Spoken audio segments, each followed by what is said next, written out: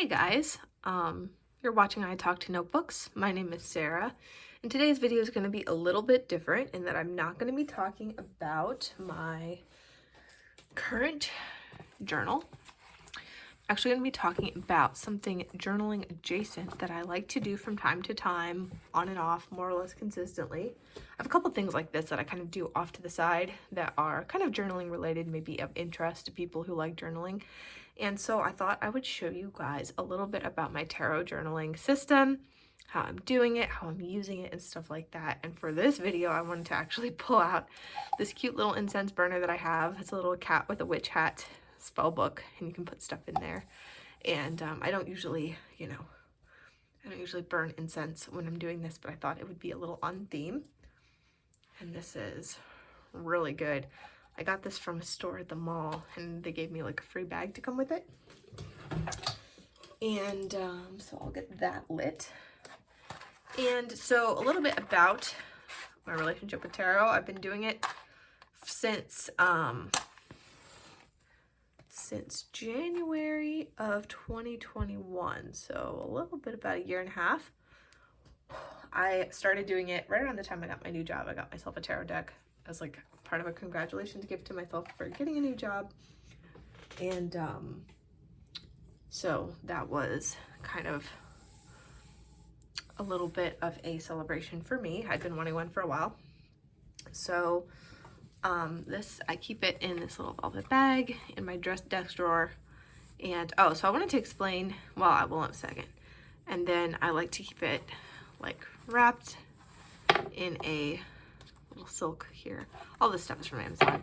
And then this is a quartz that I just had. And none of this, I know some people like care, but I don't really associate tarot as being anything magical or mystical or contacting any kind of spirit. I kind of see it as a journaling adjacent practice, actually, in that you can kind of get a jumping off point for what your own mind might already contain, and then you just kind of unlock it through the cards, which I think is pretty cool. It's almost like a prompt.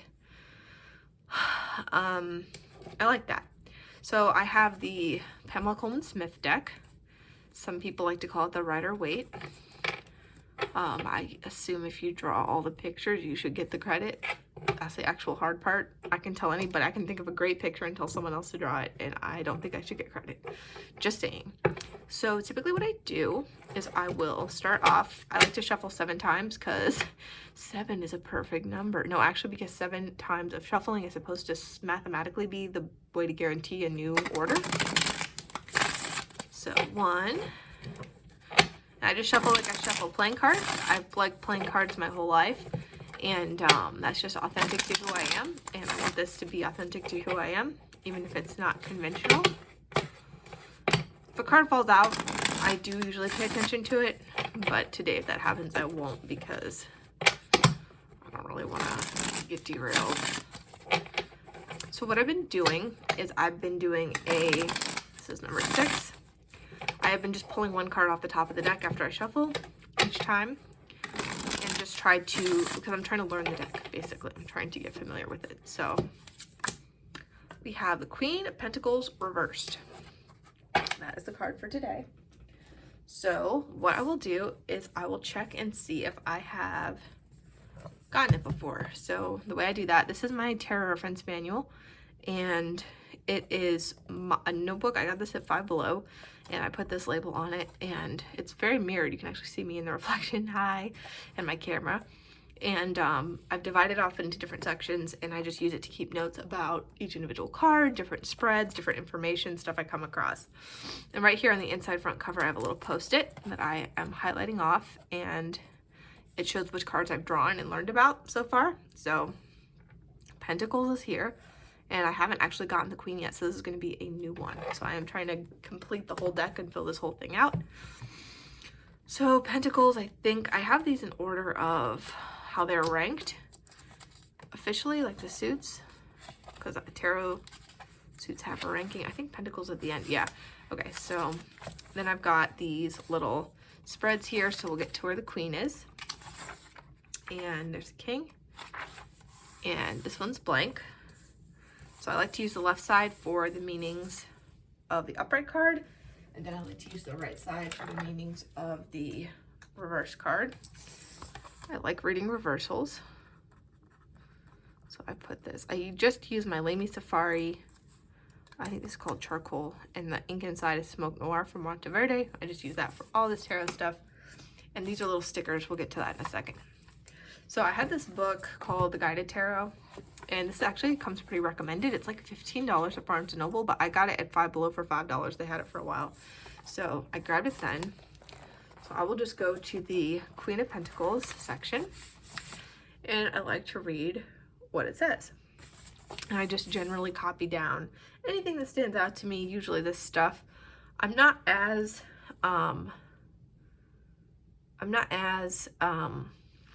into the elemental things like here, because I don't really understand that as much, but I do like the numerology side of it.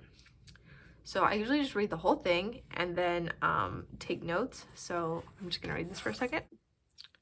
Okay, so I completed the research phase here. So I've got my reference right here. Put the book away because I'm not going to be using that.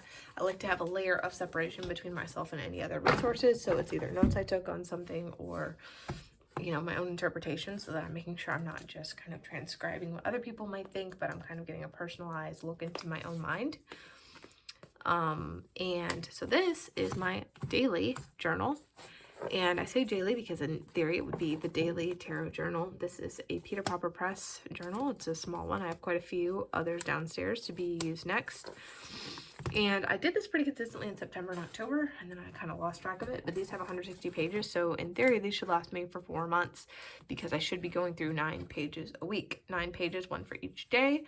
I do a new page for each day, and then also I like to do 2 pages at the beginning of the week, just a little spread. In which I go over things like my summary of the last week, like if I notice any patterns, and then forecast for next week, what I'm looking out for. I might do a spread for the week and stuff like that. So in fact, maybe I can share one. This is a little bit personal. Also, I added this tassel bookmark in because I wanted to be able to know where I was at, and it didn't come with one, so I'll be doing that in the focus.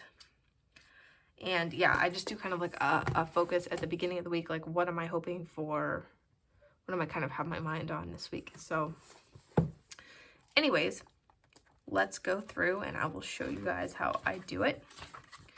So I'm going to open it up to, and sometimes I do other things in here too, like I may try a different kind of spread, or there was one where I got a card that I felt like kind of resonated with me, and I was like, what if I did another 3-card spread for more detail on that, and kind of delved into that topic a little more with kind of that guidance.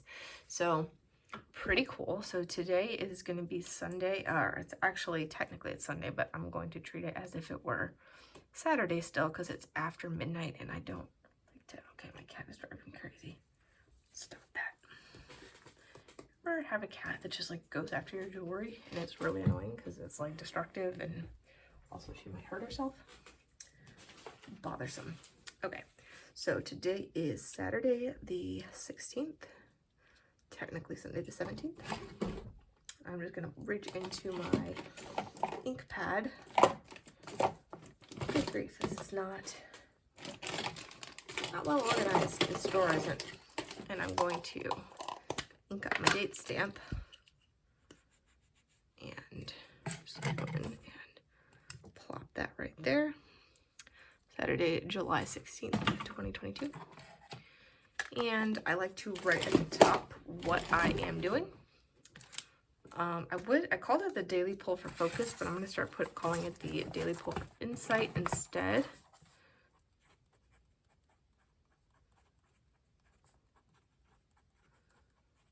And just for, you know, kind of insight into the day. And then I take a sticker. So I have these tarot card stickers of the Pamela Coleman Smith deck, and I got 2 sets of them. They're prohibitively expensive. I think what I'm going to do next time is just print them out on sticker paper, or maybe I will order them again because I am getting good use out of it. I've used quite a few of these already. So I need to pull out the Queen of Pentacles here, and she is right. Page, that must be the King. That would make no sense to me. Oh, these are all, the order can be kind of confusing. These are sorted by the number. So these are all the queens, for example. So you have all 5. So I'm going to put her here. And then another thing I like to do, because I like to look for patterns, if any of you guys know me at all from my past videos, you know I like to look at patterns. patterns. So I'd like to also highlight, just really quickly on the side, I will highlight we'll highlight which one it was, basically. So I'm replacing this with the new color that I'm going to switch over to. This is my first day having these mud liners, and I knew I wanted to use them right away for this and for some of the other stuff that I do that is less creative than journaling. I guess this is a lot less creative than journaling. So here we go. So since this is the queen, I'm going to mark it there. And it's pentacles. So I'll go 1, 2, 3, 4 is where the pentacle goes. And then I will put pentacles comes the major arcana, and then I'll go down to queen. So we have major arcana, ace, 2, 3, 4, 5, 6, 7, 8, 9, 10, page, knight, queen. There we go. And now comes the fun part. Now that I've done all my prep work, I will refer back to what I wrote in here, and I will apply it to my life in some way. And we will focus on that. And since it is reversed, I actually have a pretty clear idea after doing all that research on what I am going to relate it to. I think that this is related to the fact that I haven't been at the gym or outside in over a week. I have lost that important connection to my body as a natural, organic being, and that has manifested in all the anxiety I've been feeling. And that's actually true. I've been having all this anxiety and I did not know where it was coming from, and I was confused and distressed by it, and just this one card kind of got me thinking in a certain direction, and I think that's pretty spot on. And for somebody who is not familiar with tarot or whatever, might be like, oh my gosh, that's freaky that connection would pop out of there, that it's so prescient and relevant to your life. But what I would say, and I'm not speaking for anybody else, but what I would say is just that, well, yeah, I was trying to think of a way to relate it to my life. I was specifically trying to get something out of it, and I think that I got something pretty useful out of it. So I think that was helpful, and that's why I like doing this. It's fun, it's cool. I mean, there's lots of reasons why I like doing it. I feel like that are kind of personal. I don't really want to get into them here, but practically speaking, there are a lot of benefits to having some kind of